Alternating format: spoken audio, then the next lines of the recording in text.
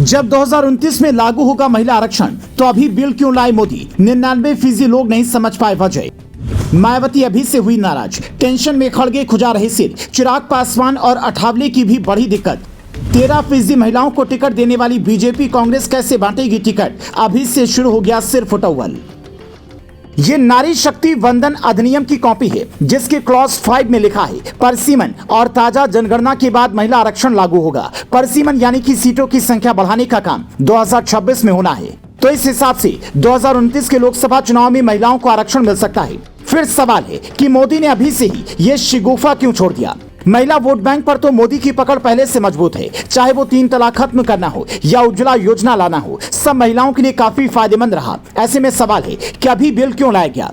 तो इसकी वजह समझने के लिए लोकसभा चुनाव 2019 के टिकट बंटवारे का गणित समझना होगा। बीजेपी ने 13% यानी कि 53 महिला उम्मीदवारों को टिकट बांटे, जिनमें से 42 महिला सांसदों की जीत हुई। कांग्रेस ने 13% पर 54 महिलाओं को टिकट बांटे। सिर्फ सोनिया गांधी ही जीतकर संसद पहुंची।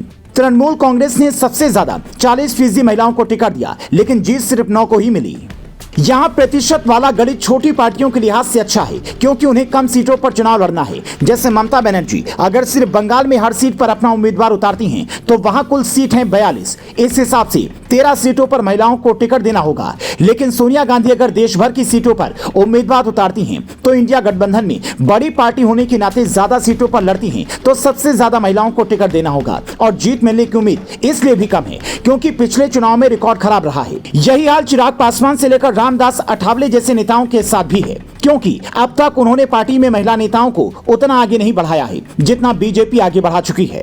आज बीजेपी के पास स्मृति ईरानी जैसे महिला उम्मीदवारों की कमी नहीं है जो राहुल गांधी जैसे दिग्गजों को मात दे सकती हैं। तो सवाल है कि क्या मोदी ने विपक्ष को चुनाव से पहले ही मानसिक रूप से हराने के लिए महिला आरक्षण वाला दांव चल दिया है? क्योंकि अभी कानूनी तौर पर बाध्यता तो नहीं होगी, पर हर पार्टी ज्यादा महिलाओं को टिकट देकर ये जरूर जताना चाहेगी कि हम महिलाओं के हित की बात करने वाले लोग हैं। मायावती शायद ये बात अच्छी तरह से समझ चुकी हैं कि आगे क्या होने वाला है, इसीलिए फिर से एक बार दलितों और पिछड़ों का मुद्दा उठा दिया। मायावती ने लिखा कि SC/ST के लिए भी इस आरक्षण में प्रावधान होना चाहिए। लेकिन मोदी सरकार ने जो आरक्षण लाया है उसने दलितों और पिछड़ों की राजनीति करने वाले बड़े नेताओं को टेंशन में डाल दिया है।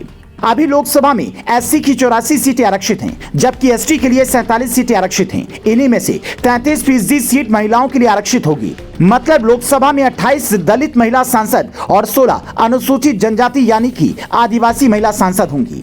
अब इस बात से दिक्कत ये होगी कि SC/ST में महिला उम्मीदवार ढूंढने में नेताओं को दिक्कत आएगी। जो लोग पहले से ही नेता बने घूम रहे हैं, हो सकता है कि अपनी पत्नी, बेटी या किसी पारिवारिक सदस्य को टिकट दिलवा दें, और फिर जैसे प्रधान पति होते हैं वैसे ही सांसद पति और विधायक पति हो जाएंगे। इस बात को हटाने के लिए मोदी महिलाओं के लिए आरक्षण लेकर आई, क्योंकि बिहार जैसे राज्य में जहां विधानसभा में महिलाओं की हिस्सेदारी सिर्फ 10 से 12% है, विधानसभा में SC और ST महिलाओं की गिनी चुनी संख्या है, वहां चिराग पासवान जैसे नेताओं के लिए ये चुनौती भरा काम होगा।